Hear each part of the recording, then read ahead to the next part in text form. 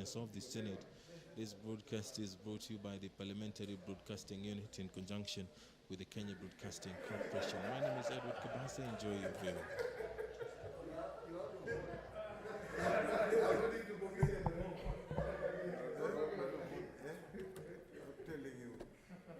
Ombi. Ewe Mwenyezi Mungu, twakusihi ututazame kwa neema nyingi na baraka sisi watumishi wako ambao umerithika kutuita kwa nyadhifa za uongozi katika jamhuri hii yetu. Twakuomba utujalie tuwatende na kufikiria mambo yote yatakayofikishwa mbele yetu kwa njia ya haki na uaminifu ili kustawisha amani, ufanisi na heri ya nchi hii yetu na wale ambao haja zao umezikabidhi mikononi mwetu. Amina.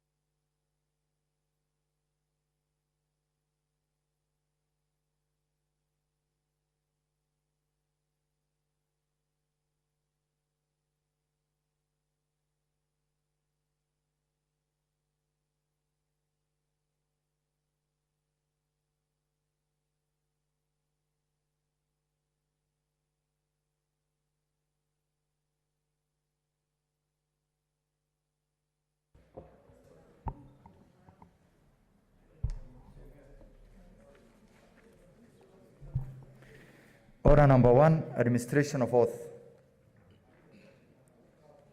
Order number 2, communication from the chair. Honorable Senators, please take a seat. Senator Neri. Honorable Senators, I have a communication to make on the consideration of sessional papers. Honorable Senators, on Tuesday, 3rd November 2020, the Senate Majority Leader laid on the table of the Senate the following documents. 1, sessional paper number 2 of 2020 on the proposed veterinary policy, and 2, sessional paper number 3 of 2020 on the proposed livestock policy.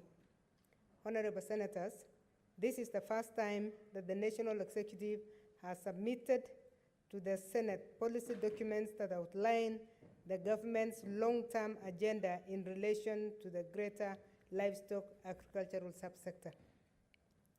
Consideration and adoption of these two documents will ultimately lead to legislative interventions to actualize their aims and objectives, and as such, must be scrutinized carefully and reports thereon prepared and debated by Senate. In this respect, I direct that the sessional paper number 2 of 2020 on the proposed veterinary policy and sessional paper number 3 of 2020 on the proposed livestock policy be committed to the Standing Committee on Agriculture, Livestock and Fisheries for consideration. I further direct the committee to table reports on the two sessional papers, taking into account the views of the relevant stakeholders within the next 30 days. Honorable Senators, after tabling of the reports of the Standing Committee on Agriculture, Livestock and Fisheries on the two sessional papers, the Senate may thereafter consider with a view to approve the same for further action by the Ministry of Agriculture, Livestock and Fisheries. Honorable Senators, I therefore urge the Standing Committee on Agriculture, Livestock and Fisheries to proceed with speed in considering the sessional papers and to table the reports as directed above. I thank you.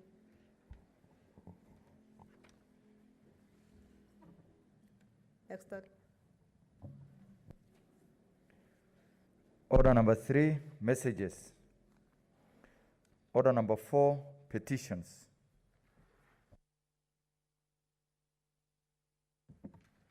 Honorable Senators, there is a petition by the Chairperson, Standing Committee on Finance and Budget. Chairperson here? If not, a member of the committee?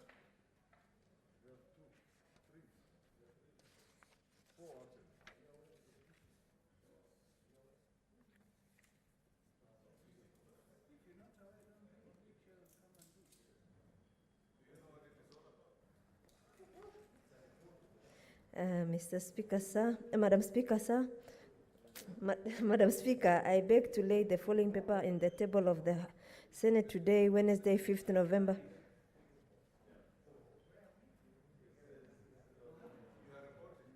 I'm just... Honorable Senators, this is a report of the Standing Committee on Finance and Budget on a petition. So she is rightfully laying the report. Yeah, go ahead. Thank you, Madam Speaker, for protecting me. Madam Speaker, I beg to lay the following paper on the table of the Senate today, Wednesday, 5th November 2020.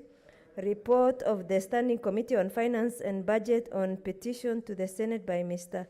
Simon L. Kilonga and Mr. Ole Nana and Ole Tutulet concerning alleged corruption and embezzlement of funds in Nairobi County government in respect to award of tender. Thank you, Senator. Thank you. Next order.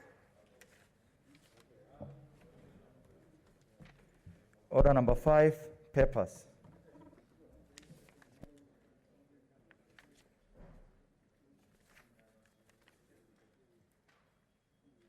Leader of majority.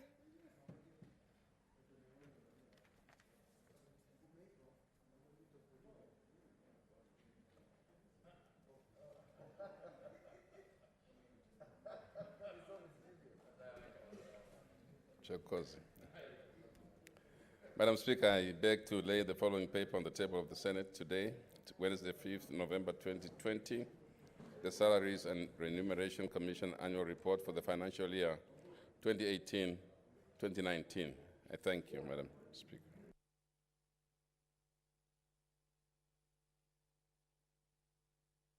Thank you, Leader of Majority. You have a second one?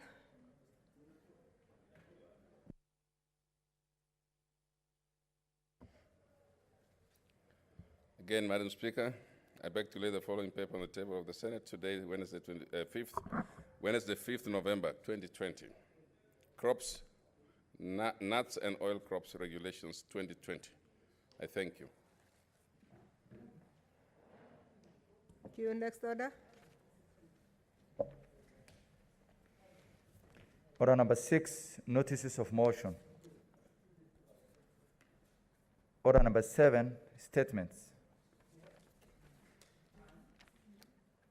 Under Standing Order 47-1, the Senator of Vihiga, Senator George Haniri. Madam Speaker, I want to thank you for according me this opportunity. I rise pursuant to the provisions of our standing orders, and in particular Standing Order number 47, paragraph 1, to make a statement on an issue of general topic of concern, and that is the preservation of the national and cultural heritage and revenue generation from the same.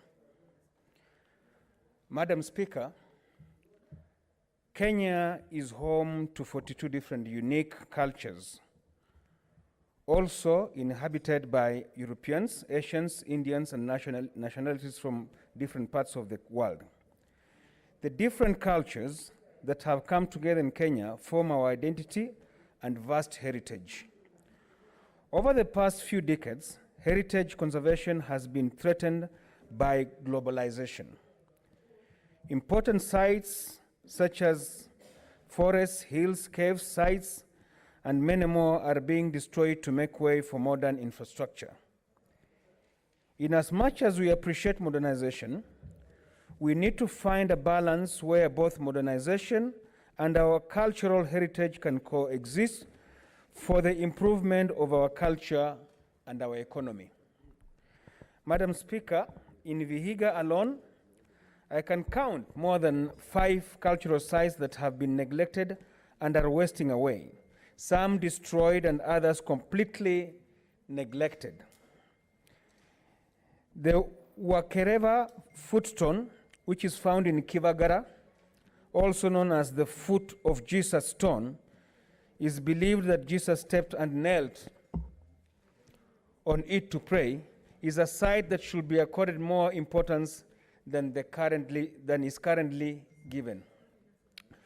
Madam Speaker, the Mungoma caves found in Maragoli, which explain the origin of the Maragoli people, the Maragoli hills, which carry great importance in the Maragoli culture, are also good examples of wonderful tourist attraction sites that are not being utilized to their full potential. Away from Vihiga, in coastal Kenya, many such sites lie in ruins, while others are not even given the importance or hype that they deserve. The Fort Jesus, which used to be a must-visit site, now only generates very little income. What about the Vasco da Gama pillar, Madam Speaker? Madam Speaker, Kenya is a blessed country, but we lack the ability to utilize these blessings. While other countries take advantage of such like sites for their economic and cultural benefit, Kenya is doing the complete opposite. We only give importance to the Masai Mara and the Tsavo, forgetting that the two do not form even a quarter of what Kenya culture and natural resources have to offer to the world. We have such strong cultures, and with them beautiful cultural attires, foods, music, and practices. These resources are wasting away, and some, like the Tsavo, getting destroyed as we watch.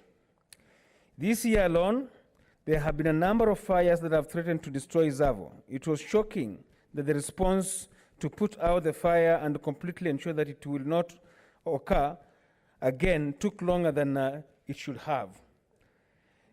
Just the other day, we had a case where the wildebeest migration was disrupted by human development. These are areas that should be cleared out completely. We should take our cultural and natural resources seriously and do our best to protect them. In conclusion, besides just protecting them, we should also strive to promote them. It is time as Kenyans that we make Kenya the excuse for our next cultural tour destination instead of giving priority to other countries and other cultures. We need to promote our attires, the lesos, beaded Maasai jewelry, the kiondos, Kenya art, and Madam Speaker, the list is endless. If we do not promote ourselves first, how do we expect others to? We can start by identifying all these sites, small and big, and sectioning them for easy access and development. These can also be a good venture for employment of knowledgeable people of all ages to explain the importance of the historical sites and locations to their cultures and beliefs. Charge for such experiences and promote them all around through the tours and travel companies and through Magical Kenya. Let us not only rely on our wildlife, but on our natural resources too. Thank you, Madam Speaker. Senator Kilonzo Mutula Jr.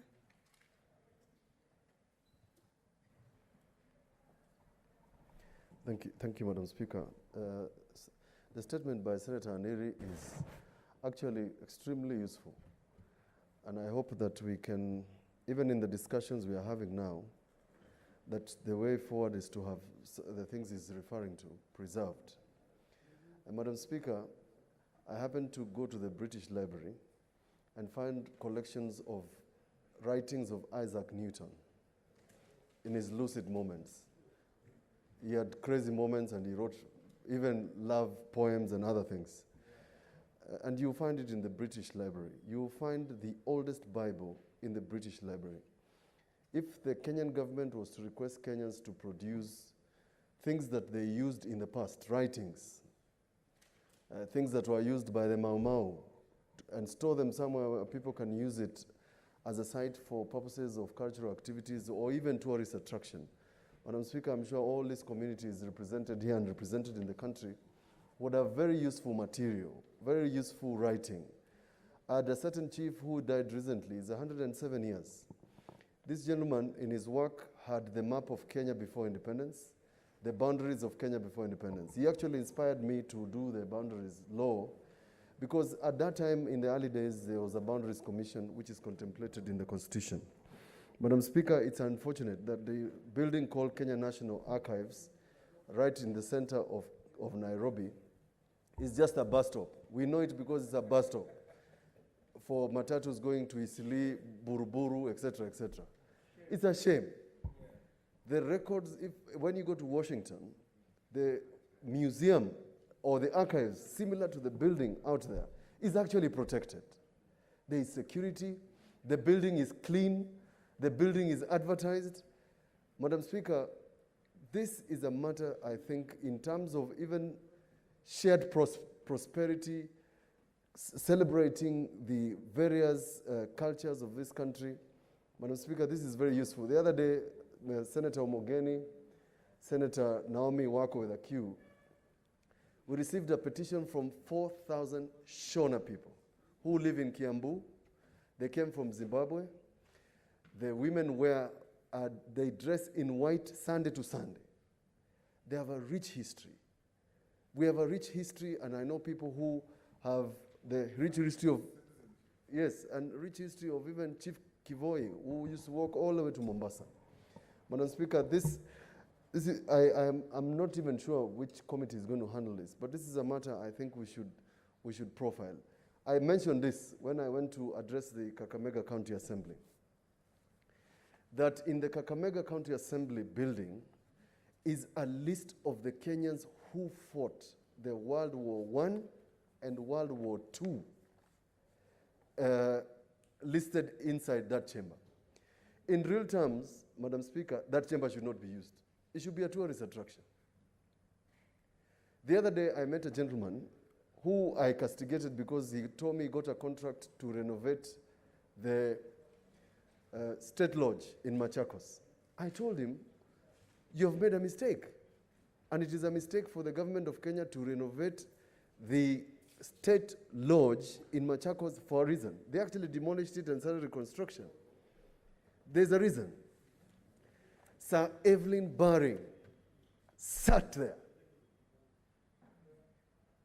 It was supposed to be the capital city of Kenya, and that is where he was.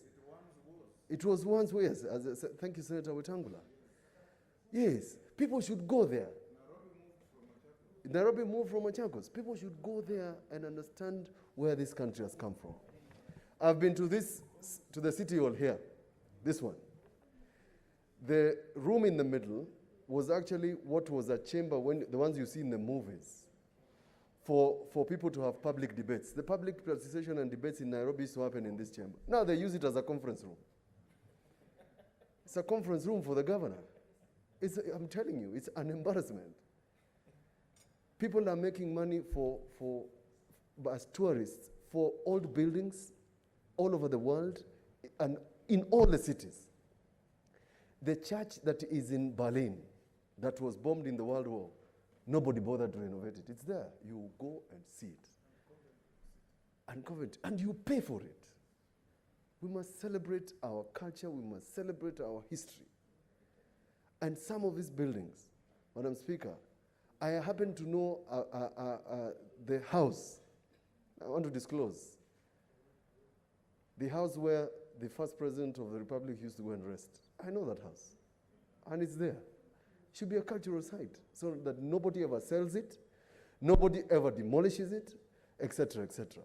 I'm aware that buildings in town, including Pioneer Building and Prudential Building, are owned by private citizens. Some of them are even members of this house. But, Madam Speaker, those are buildings that should belong to the state, that they are buildings that should be protected, like the way if you go to Paris, you cannot touch those buildings. They belong to the state. They can be used for purposes of tourists coming to make money. Same with the monument on Kenyatta Avenue of 3 soldiers. The street boys find it a nice place to go and hang out. If that was in another place all over the world, Madam Speaker, you would go there to take nice pictures and it would be protected. I went to the State Assembly of Maryland. As I conclude, Madam Speaker, George Washington wrote a letter. It's resignation from the army. He wrote a letter to resign from the military to become the first president. The state of Maryland, Madam Speaker, spent $1 million for that letter. And they put it beautifully in the assembly. In this building, Madam Speaker, and I want to say, because I found it a little careless, in this building, right at the beginning, as you enter, there's a small room. What do you call it? CPA. There's a small scalpel. There's a small scalpel that was put there for, I think, the priest, and I can't remember who it is, but there's a scalpel there as a foundation of this building. And then a very nice picture that was donated to us by the British government. How many of us know that? This parliament doesn't have in itself a place where we can find the history of this country. I want to thank the Chief Justice Mutunga. He converted the cells in this building. If you go to the downstairs, you'll find the order that got, it's now a museum. This gentleman whose monument is near Corner House, Dedan Kimathi, you'll find the order for his arrest, beautifully put there. I think Parliament should do the same. And I thank Senator Haniri for this thought, because I think these are some of the things that as a country will move us forward. Your children, and I met your daughter, Madam Speaker, chances are that she doesn't know that these things exist. And you and I have a duty to ensure that our history is not lost. Thank you. Senator Olekina Ledama.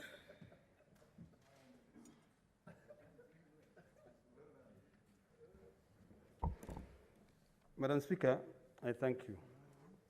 Let me begin by appreciating Senator Haniri for always bringing in things that requires us to rethink about where we came from and where we are going. Madam Speaker, the government policy in terms of culture, and I'm going to read it to you, is that it says that the government shall promote culture as a centerpiece and driving force behind human, social, and economic development, and shall encourage cultural pluralism. The government shall take appropriate measures for the protection, conservation, and preservation of tangible and intangible national heritage situated within its boundaries. Madam Speaker, in this country, everything is good on paper, but when it comes to the practical, it becomes a very big challenge. Modernization is a big challenge. Free trade, talking about democracy, and the need for good governance. These are some of the things that have eroded the need for us to really value our culture. I'm very grateful for Senator Haniri for re-emphasizing and also giving credit that the Maasai Nation has fully protected the Maasai Mara Game Reserve, and that is why Narok County today receives over 3 billion shillings a year because of the protection of that cultural heritage. I think it now behooves us as leaders in this House to be able to think beyond. And when we are trying to consume the text of the statement brought by Senator Haniri, we need to think about our diversity and the need for us to be respected for our views. Madam Speaker, culture is very important. I grew up in a place called Olompokishi, and I was trained by my grandfather to be able to pass on the cultural heritage to the future generation. So when we come here, instead of trying to force others to be able to believe in what you want, or to, it's either your way or the highway, I think it will be imperative for us to appreciate our diversity, because that is what helps us. We speak our own mind, and it is wrong for you to be actually pointed out and thought that you're speaking on behalf of somebody else. When you speak, and it is your culture that has given you, you know, that ability to be able to express yourself. Senator Harniri, it is this house. It started with the British colonial masters, who introduced pieces of legislations that have completely alienated our cultures, that have completely, you know, guaranteed that it is only the West and their cultural practices that will continue speaking. That's why I'm very grateful, and I thank you, Madam Speaker, that even today, you started this by speaking in Swahili. This is something which we are closer to. And I thank the other speaker, Mwaura, for trying to encourage us to speak Swahili. I mean, I'll butcher the language, but I keep trying to be able to speak it. So, you know, this need for us to be able to balance our diversity is what is making us move away from our culture.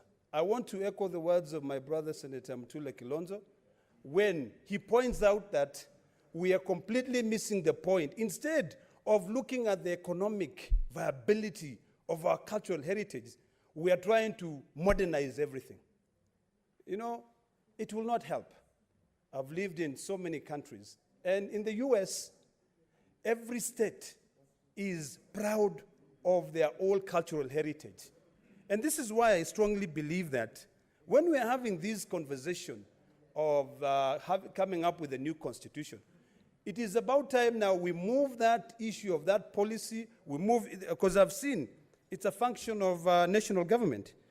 In fact, it says ancient and historical monument of national importance. That is a function of national government. These are one of the functions that I want to encourage county governors to be able to engage with the national government and now take them back for them to be able to develop them. You know, tourists will not just be coming to Kenya to visit Maasai Land. But if other counties don't want to, we will continue. And we want, at least when we're having this national conversation on how we want this country to go, not to forget where we've come from. As a matter of fact, Madam Speaker, I always say I have one foot in the modern culture and one foot in the traditional culture. And the traditional culture is the one which is stronger because it's the one that tells me that I am my brother's keeper, you know, that I am my sister's keeper. And that is why some of us are a little bit controversial in our sentiments when we talk about what we want, the change we want for this country. We want a change that will recognize that today, because of this modernization, we the Maasais have agreed we will no longer circumcise our girls. But we must be respected as a culture, because that is what has brought me here. Madam Speaker, if you tell me to think or walk like a Kamba, I don't know, you know? And I don't expect Mutula to think and walk like a Maasai. You know, sometimes he'll be speaking, he'll be throwing his hands and saying things, but I should respect him because he's from Cumberland. So when I stand there and I say no, before you accuse me of being a messenger, first of all, find out where do I come from and how was I trained when I was growing up, Madam Speaker. Madam Speaker, it is about time that now we need to relook at our legislations and ensure that the pieces of legislation that we have are ones that will respect our culture. As a matter of fact, I want to state it here categorically, that as from the next sitting, I, Ledamo Lekina, will never come here in a suit. I will come here the way I know, the traditional way. What's the point of order? There is a point of order from Senator Murkomen. Madam Speaker, as a matter of fact, my friend Senator Ledama Olekina has said that someone has tried to accuse him or to call him a messenger. Madam Speaker, is it in order for, am I in order to ask Senator Ledama to disclose, Madam Speaker, whoever has called him a messenger, and particularly because that statement was said in the context of the Maasai people. You know, Mr. Speaker, it could easily be interpreted by the people watching out there that the person who called Senator Ledama a messenger was, Mr. Speaker, Madam Speaker, in extension, calling all the Maasai community messengers. Am I in order? Can he clarify? Senator Olekina, and I hope you are not diverting from the culture. Madam Speaker, my culture requires me to be able to express myself fully. So I put that out in the context that we must respect divergence of opinions. So that when you rise at any occasion and you speak, you know, I want to go back to what Martin Luther King said, you know, that we should judge people by the content of their characters, you know, but not really looking at the person and saying, oh, who are you? So to clarify, what I said is that let us appreciate each other. I'm grateful that Senator Haniri has reminded us that we have a rich culture, which UNESCO recognizes, you know, and we have to defend it jealously. Madam Speaker, one of the things that maybe you should know, or the Kenyans should know, is that the World Bank is currently trying to remove certain communities from the list of indigenous groups of people. You know, if you now say because of this modernization, and we allow it in this house, for someone out there to come and say, now today, Senator Mbito, you are from Trans Nzoia, you are no longer indigenous. You know, Senator Mtula Kilonzo, you're no longer indigenous. And it's all because of economic reasons. So all these challenges that I'm talking about are things that we need to embrace. And in summary, Madam Speaker, I would hope that the committee that you task this statement by Senator Haniri would think about coming up with a statement and handing it over to the BBI task force so that this issue of cultural heritage, preservation of our cultural heritage, of who we are, you know, so that we can bequeath it to our children, is now given to the county governments, so that the county governments can even be able to appreciate the diversity that this modernization has brought in. But when we have one huge national policy on cultural diversity, Madam Speaker, we'll be trying to do things that we can't handle. Because I have no clue how the people of Tana River live. If you ask me, I am Maasai. When I stand up, I walk. When I sleep, I'm thinking like a Maasai. So our culture is important. So finally, Madam Speaker, Thank you. I hope that it is not only the interest, the economic aspect of the culture that we're going to look at when we are thinking about these historical sites or our natural heritage, but also how we can be able to relate to one another and respect one another. I thank you, Madam Speaker. Thank you. Senators, this is statement hour, and we have 10 statements. I would like to appeal that the minutes for this statement are almost over. So I'll give Senator Wetangula, and then Senator Mwinyi Haji Fagi will be the Madam last Speaker, one, so that we this move to the next one. Important statement brought by the distinguished Senator for Vihiga. Madam Speaker, if you go to Berlin, on the high street, you'll be taken to some very small building, and they tell that building is called the Congo Conference Building, where in 1896, Queen Victoria and Bismarck sat down to bisect Africa as personal possessions for some of their kings, like King Leopold of Belgium. That is the scramble for Africa. In Berlin, they call it the Congo Conference Building. The significance of that building is because that's where Congo as other countries took possessions as countries, Congo was given to King Leopold as a personal possession by Queen Victoria. And he owned it, annexing Rwanda, Burundi to become part of his personal possessions. Madam Speaker, if you come to the Mlembe Nation, particularly the Bukusu and the Tirikis, where Haniri comes from, our culture is so strong that if a man escapes circumcision and dies after the age of 20, the corpse is circumcised before burial. That is how they hold their culture. And you have to respect it, because that's our culture. If you look around in Nairobi, Madam Speaker, the only monuments you can be proud of that are still standing is Kipande House, where the first Kipande was given to an African in Nairobi, opposite GPO. It was declared a monument, so nobody can ever destroy it. Then the old PC's office, which is now the Murumbi Museum. But we have virtually destroyed everything. I understood Senator Mwinyi wants to speak. I want to hear what he's going to say about the defacing of Fort Jesus. Because if you want to rehabilitate a monument, you give it a facade that looks exactly like what its original character was.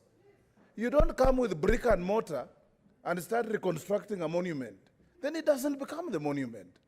So this is very important, Madam Speaker. When we were in Mashujaa Day in Kisii the other day, the President mentioned, and rightly so, that in Webuye at Chetambe Hills, the first resistance to white rule in Kenya, the people of Webuye resisted and shot 3 white men dead. And the fort where they fought from is still there. Nobody, of course, has looked after it. People have scrambled, grabbed a bit of it. But those are some of the historical monuments that we need to keep. The Crying Stone of Kakamega, the Elephant Caves in Mount Elgon, the only caves anywhere in the world, Madam Speaker, where elephants go in to breed. Elephants will roam around, gestate, but they go into the caves to deliver their children. There's nowhere else in the world that you find that. That is our heritage.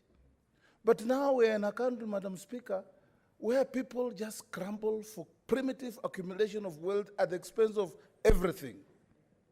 We need a very strict law to protect our heritage, Madam Speaker, because if you go to Uganda, as I finish, there is our Luya community in Uganda, the Bamasaba and group. There is a place which Senator Mbito could not call Mumutoto, where President Museveni every August goes to attend circumcision ceremony of the Baluya people of Uganda. That is their heritage. Here, Madam Speaker, we are just busy shouting obscenities at each other as we destroy our country. I want to salute the Maasai people. The Maasai Mara, and Senator Olekina knows that I visit the Maasai Mara a minimum of once a year. And every time I see anything abnormal, I come and share with him. The destruction of the Mau forest and the killing of the Maasai Mara is something I've spoken to here. We must salute communities that are part of the protection of our heritage. And we must help them, and the national government must provide enough money to protect these sites.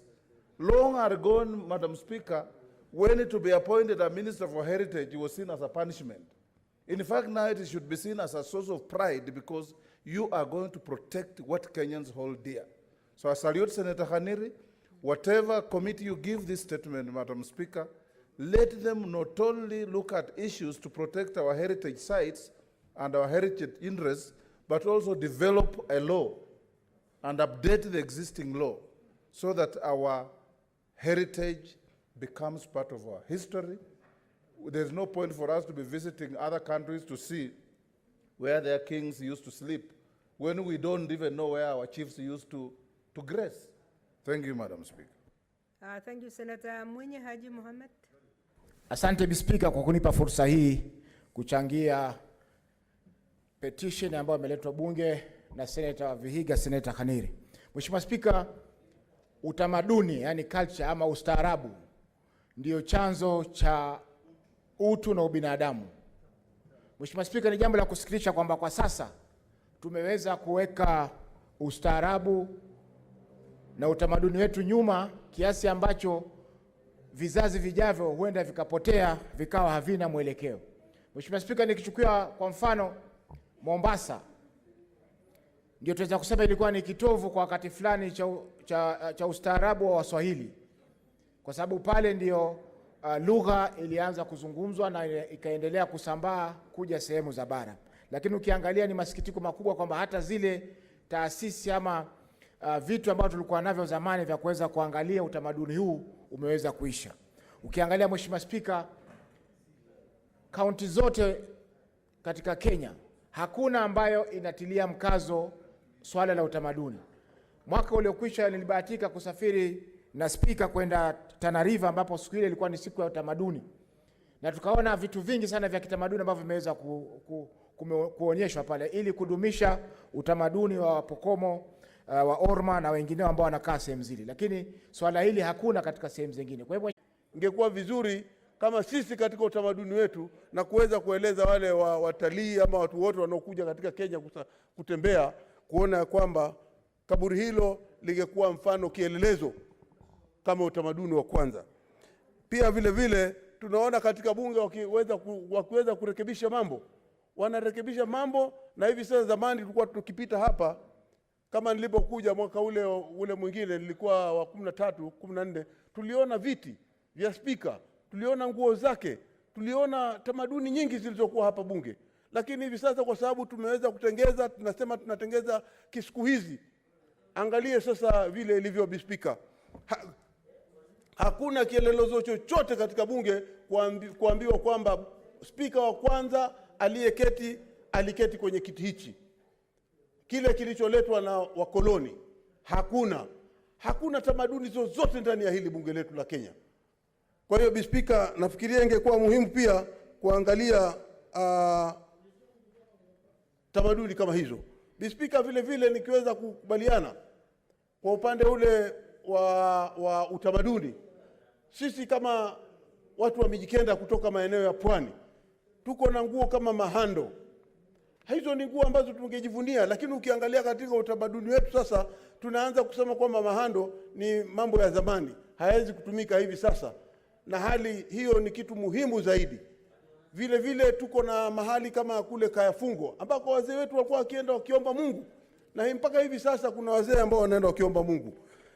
Lakini tukiangalia sasa tunaona Spika ya kwamba maeneo kama hayo sasa tumeyatenga kando, barabara ya kwenda mpaka kule Kayafungo hakuna, na tunasema ya kwamba hayo ni uwezekano wa kwamba kama serikali inazingatia mambo ya utamaduni pia ingeweza kutia mkazo kuona kwamba barabara za kwenda mahali kama Kayafungo zimeweza kutengezwa.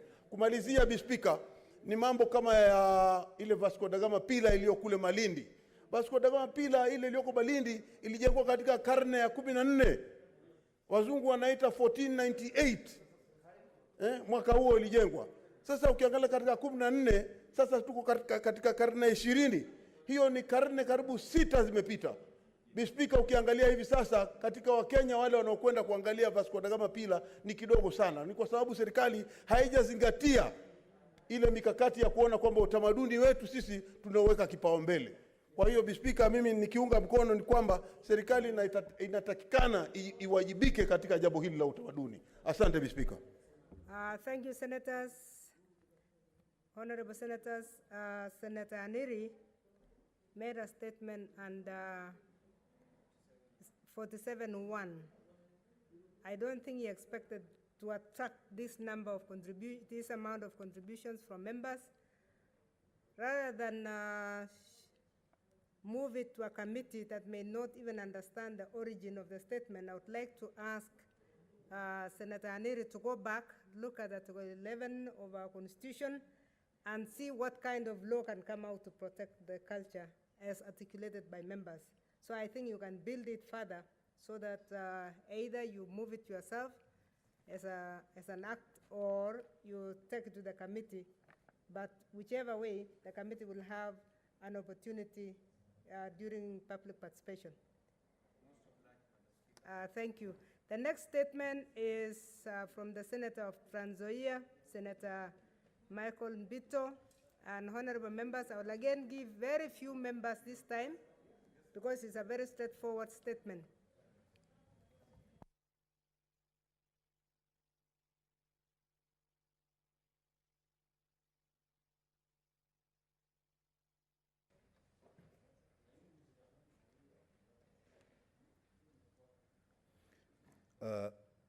Madam Speaker, I rise pursuant to Standing Order 47-1 to make a statement on an issue of general topical concern, namely enforcement of rules and regulations to remove toxic paints from our country. Madam Speaker, there is a compelling need to support and enforce the country's paint industry to transition from unsafe leaded paints to minimize their devastating health and environmental impacts. Lead additives are used to enhance drying properties of oil-based decorative paints, giving them the much-needed visual appealing gloss, reducing corrosion on painted metal surfaces.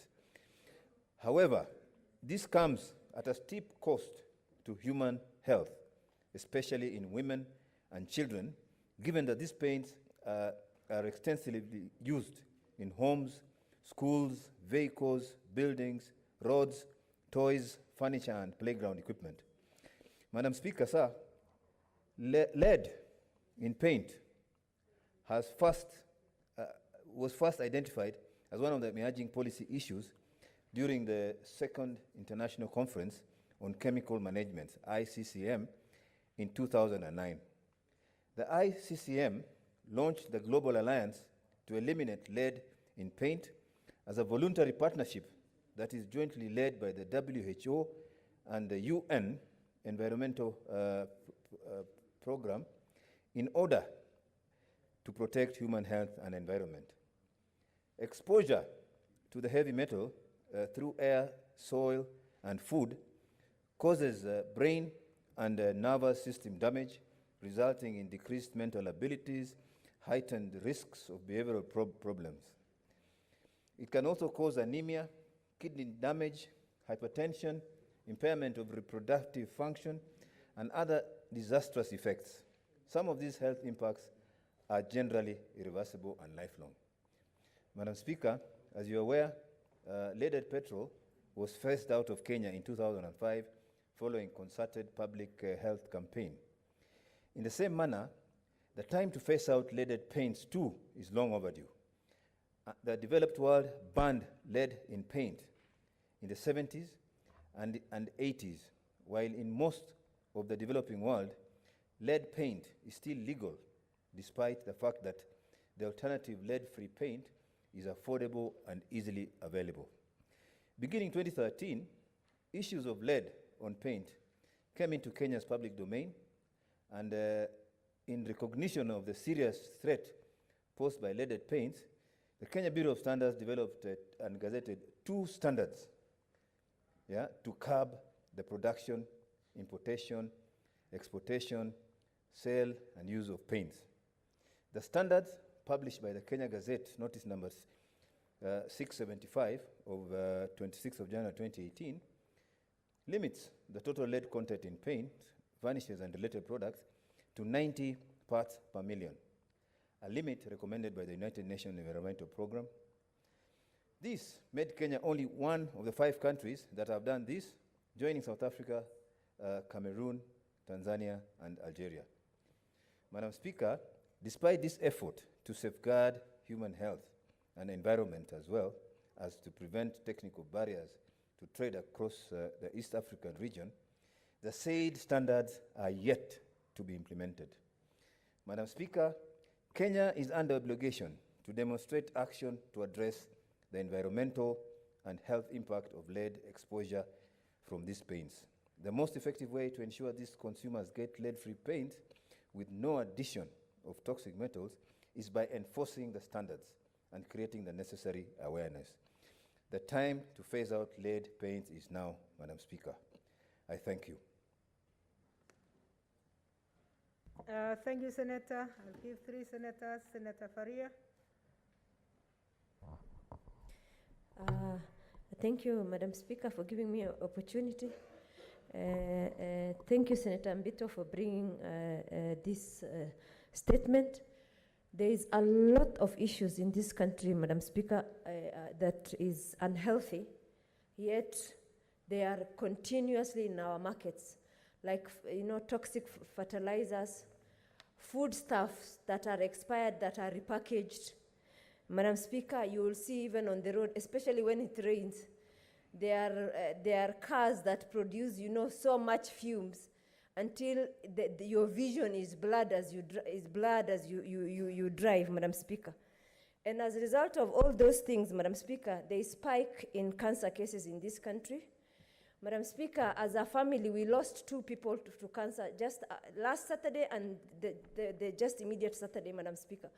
So, Madam Speaker, this is not, I think our KEBS needs to up its game to ensure that the quality food, quality, petrol, quality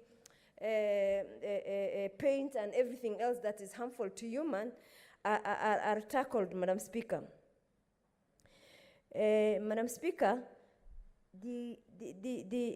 it's like, even the traffic police, if you check, you see a traffic police just stopping a matatu to get few coins and leave somebody else who is polluting the air just, and I think there is need to regulate the kind of pollutions that come also from cars, because they also bring their own problems in terms of, especially when it rains and, even our rivers, look at them. The other day we were in Wasingishu, Madam Speaker, in your own county. I saw a river that is like, like a raw sewer, just black thing that is emanating on the way, Madam Speaker. And I hope that water is not used by anybody, because if it does, then you expect people to get all manner of problems. Madam Speaker, even our seas and our lakes are not safe. There's too much lead in even the seas. Even now people, in certain regions have a lot of cancer as a result of pollution in the lakes and pollution in the sea. Madam Speaker, I think this is, okay, I agree that it might not be Kenyan's problem, but let us control what is within our sphere of control, and then we can, seek other interventions. Madam Speaker, even the other day there was a document, a report that showed that there was a likelihood of, trade negotiating that is going on regarding return of plastic papers in our market. There is trade negotiation. I hope that is not true, but if it is true, I hope that we have mechanism in place to ensure that doesn't find back into our country. I thank you, Madam Speaker. Senator Halaga Abshiro. Thank you very much, Madam Speaker. Madam Speaker, I'd like to also add my voice to the issue of lead paints and congratulate Senator Mbito for bringing this up. Madam Speaker, the people that are highest risk for lead poisoning is actually children and pregnant women. So especially because children, as you know, have got a very high activity of hand to mouth, they chew on everything, and because in the homes, if you have any paint that has more than 0.009%, then that already can cause behavioral as well as intellectual disturbances and intellectual issues for children, and especially for mothers. I think what we're seeing now, we're asking ourselves, why are cancers so prevalent? Why are behavioral problems so prevalent? I'm surprised, actually. I didn't even realize that we still have issues of lead paints in our country, because out there since 1992, there's no more. People are phased out. Anything up to 1990, not a single in Canada, for instance, paint would contain any lead. So I'm surprised that we still are talking about this. It's taken me aback, and I'm even a bit worried that because again in our informal settlements and in our low, in our informal settlements, the paints, you see houses with paints that have really chipped, and that's actually how then the lead is released if for a very long time it hasn't been fixed, or if there's so much chipping and things like that. And that's most of our homes, especially in the peri-urban areas and in the informal settlements. So I think this is really serious, and it should actually be looked at in a more holistic manner of how do we remove, is removal feasible, and if it's feasible, how should it be done? Because if, again, you tell people it's dangerous and they start chipping at things, they might even put themselves in worse danger than they actually are in. So I think this is something that we need to really take seriously, and perhaps I'm glad that Senator Mbito is the chairperson of the Health Committee, and even though he asked it under 47.1, perhaps it's something that he should take on, and maybe it should be assigned to him to really look into and give us an audit of where we are as this country, if we're still importing or making leaded paints, and how that is then might be affecting our children and future generations, because actually our children and the mothers are the ones at the most risk. Madam Speaker, it's very disturbing that in this day and age, when people are dealing with other, more topical and more serious matters that they have no control over, even things that we have control over, even things that are easily done by us just putting certain rules and regulations, we are still putting ourselves in so much danger, and then wondering why non-communicable diseases are spiking, and why even for communicable diseases, our immune systems are so poor that we cannot handle any of these things. So I support, Madam Speaker, and I hope that this will be looked at a bit more by assigning it to a committee. I thank you. Finally, Senator Cheruiyot Aaron Kipkurui. Thank you, Madam Speaker. Madam Speaker, this is a very important issue. The difference between civilized societies, countries that care for their citizens, countries that places a premium on people's lives over profit, is in how they handle such issues. As a nation, Madam Speaker, I'm afraid we haven't done well in this area, despite the fact that this is about human lives, plainly. It's not a discussion about profit. It's not a discussion about plastic and the degradation of environments. It's purely about human lives, Madam Speaker.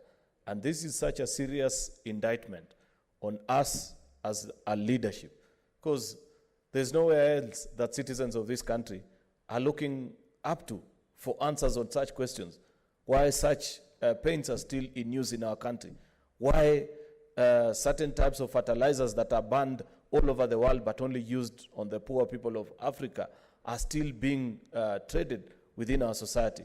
Why, if you walk, Madam Speaker, down Nairobi River, you'll find all sorts of effluents that are being sent down such a beautiful river, and the authorities, our National Environmental Management Authority, seem to be content with just issuing warnings today, then the following morning, after maybe a visitation, or when they realize that there is no much attention on the particular issue by the media, they sweep it under the carpet. This is really unfortunate, Madam Speaker. And as a House, this is a matter that I want to encourage my colleague, Madam Speaker, of course, with your approval, that the Health Committee needs to have a holistic look at this issue.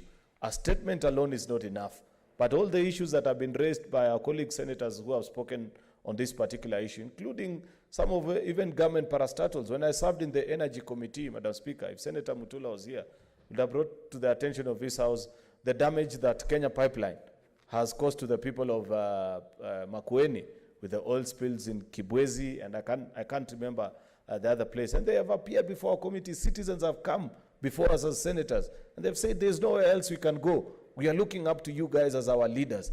Unfortunately, that matter has taken more than 2 years before the Committee of Energy, and I hope if there's a member of that committee before us, such are the issues that I want directed to this particular Committee on Health, Madam Speaker, because today we may be enjoying that because perhaps we have a good amount of money, you do not drink waters from the river, or perhaps because you do not live in some of these places that are affected.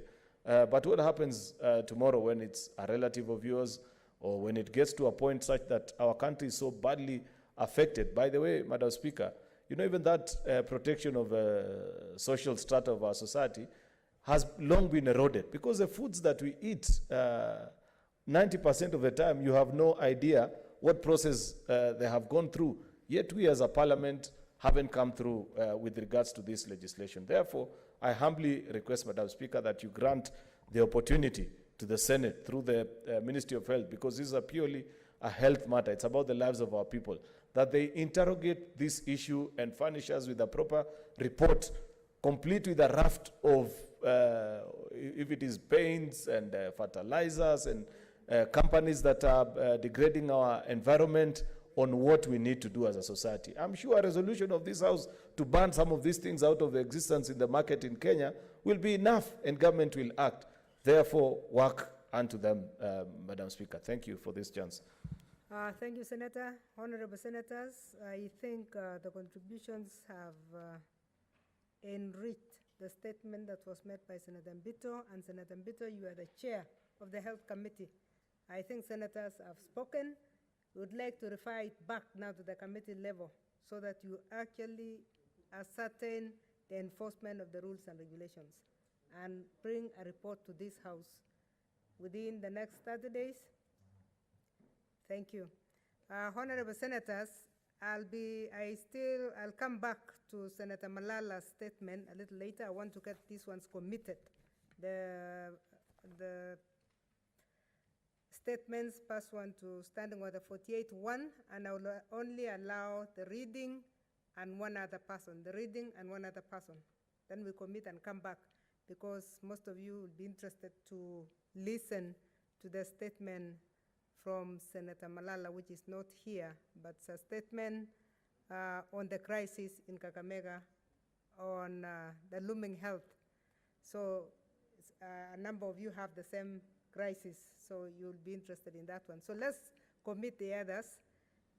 So pursuant to Standing Order 48-1, the first statement is by Senator Petronila Were.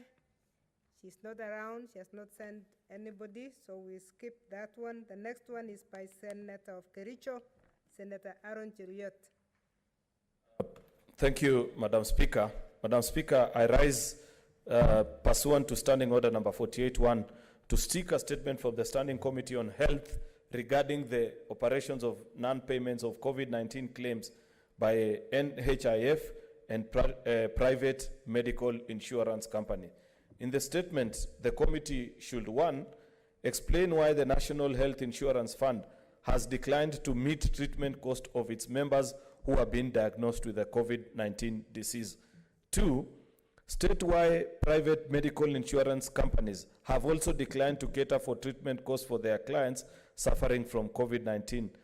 And 3, state the official position of the Insurance Regulatory Authority of Kenya, IRA, with regards to the obligations of NHIF and private insurance companies in meeting the treatment cost of their members who have contracted COVID-19. This is an urgent matter, Madam Speaker. Thank you. Thank you, Senator. The lucky senator to contribute to this one is Senator Inima Ketrut Musuruve. Please take maximum of 2 minutes.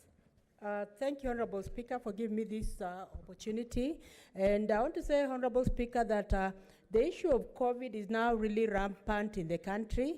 And as a nation, we have to see how to protect our citizens, because we have to move on as a country. And Honorable Speaker, when it comes to the issue of insurance, it is also important that insurances also cover COVID patients. I know that there is one insurance company that came before us, Aeonet, that is actually covering even COVID cases. There's need for us as a Senate to see that we are supporting more funds to go to insurances that are ready to also cover COVID for the purpose of ensuring that we are flattening the curve. Honorable Speaker, unless we intervene as a Senate, many of our children, many of our people will die because of COVID, and that is not what we want as a country. Honorable Speaker, I hope that this statement will go to the right committee, and the committee will do justice to this statement that has actually been brought forward by Senator Cheruiyot, and I thank Senator Cheruiyot for coming up with this statement because of the concern he has for Kenyans. Thank you, Honorable Speaker.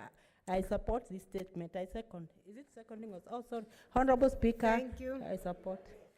Thank you. The statement stands committed to the Committee of Health, and we expect a report in this House in 30 days. Thank you. The next statement is by the Senator of Wajir, Senator Dr. Abdullahi Ibrahim Ali. Thank you, Madam Speaker. Madam Speaker, I rise pursuant to Standing Order 48-1 to seek a statement from the Committee for National Security, Defense and Foreign Relations regarding security checks conducted at Wilson Airport on passengers arriving from Wajir. In the statement, the committee should explain, number one, should explain why security checks on passengers arriving at Wilson Airport on local flights are being conducted selectively. Because the state, number two, state if there's any specific security threat posed by passengers arriving from Wajir County aboard local flights, considering that the security checks are conducted on passengers arriving from Wajir County only. Clarify whether the Wilson Airport security does not have confidence in the security checks conducted on passengers at Wajir Airport before departing for Wilson. Madam Speaker, security, when you come from Eldoret back to Nairobi, nobody checks you. When you come from Mombasa, when you come from Malindi, when you come from any other part. So I want to know what is so special about Wajir Airport alone, and why, if they have no confidence there, why do they check people there? Thank you, Madam Speaker. Thank you, Senator. The Senator to contribute to that is Senator Harkura Kodana of Marsabit. Thank you, Speaker. Madam Speaker, I've had the opportunity of using the airport from the airport at Wajir when I used to travel from Mandera, and they have a very thorough check there. That time, there were even flights from outside which passed through there. But now, these are local flights which originate from Wajir, from Wilson to Wajir and back to Wilson. So sometimes, much as it's a security issue, there should be that equal treatment among the Kenyans, which needs to be done and must be seen to be done. So, yeah, what is that issue? When you have proper airport staff, migration staff there in Wajir doing the checking, somebody has boarded a plane and the next landing point is Wilson, he has not done anything mid-air, then what is this other extra check Kenyans are subject to? This is what creates in Kenyans discrimination. We have been talking of marginalization, we have been talking of discrimination, and this is how it creeps into the minds of Kenyans. When you are treated differently, just because you boarded a plane from a different part of this country, which has enough security checks to be done. And in any case, the best security check should be done at the point of boarding the plane, not when you are landing. So what is this which is different that somebody from Wajir can do mid-air that he had to be checked again? So I think the committee needs to get proper answers so that Kenyans can feel that they are being treated equally, irrespective of where they come from. Thank you, Senator. The statement therefore stands committed to the Committee on National Security, Defense and Foreign Relations, and we expect them to bring an answer within 30 days.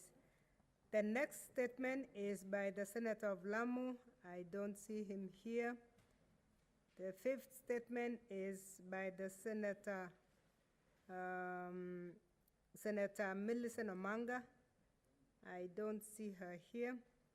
The next statement is by Senator CPA Faria Haji. Thank you, Madam Speaker. Madam Speaker, I rise pursuant to Standing Order 48-1 to seek a statement from the Standing Committee on Land, Environment, and Natural Resources regarding the current drought situation in the counties in arid and semi-arid lands, ASAL regions. Madam Speaker, in the statement, the committee should outline the level of preparedness of both the county government and national government in mitigating drought situation in counties in ASAL region, given that all water ponds in the region, especially in Wajir, have completely dried up, and elaborate the interventions measures that have been put in place by the county government in drought-prone areas to cushion residents against severe effect of drought, Madam Speaker. Madam Speaker, all the time we lose lives and livelihoods before any government interventions come in. We are always late on these interventions. So, Madam Speaker, we are seeking this time, let's handle this differently. I thank you, Madam Speaker. Thank you. The senator to contribute to this is Senator Wako Naomi Jilo. Thank you, Madam Speaker. I stand to support this very important statement by Senator Farhia and also appreciate her for the effort. Madam Speaker, as I support this, we know right now there are many Kenyans in Asal area who are already suffering because of hunger. They are losing their animals and they have no one who is taking care of them. Anytime when drought comes, we lose our livelihoods, as she said. We lose animals, we lose human beings, we lose our crop and everything, and nobody cares.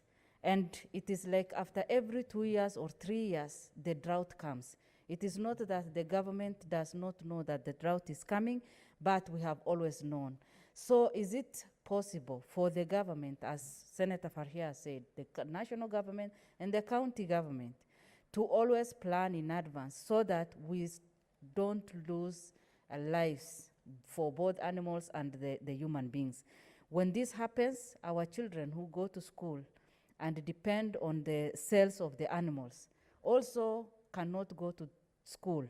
Madam Speaker, it is something that needs to be given attention. I support the statement and I pray that the government will have proper plans to mitigate so that those who are in Asal area will not continue suffering because they have suffered for long. Thank you. Thank you, Senator. The statement therefore stands committed to the Committee on Land, Environment and Natural Resources, and we expect them to prosecute within 30 days.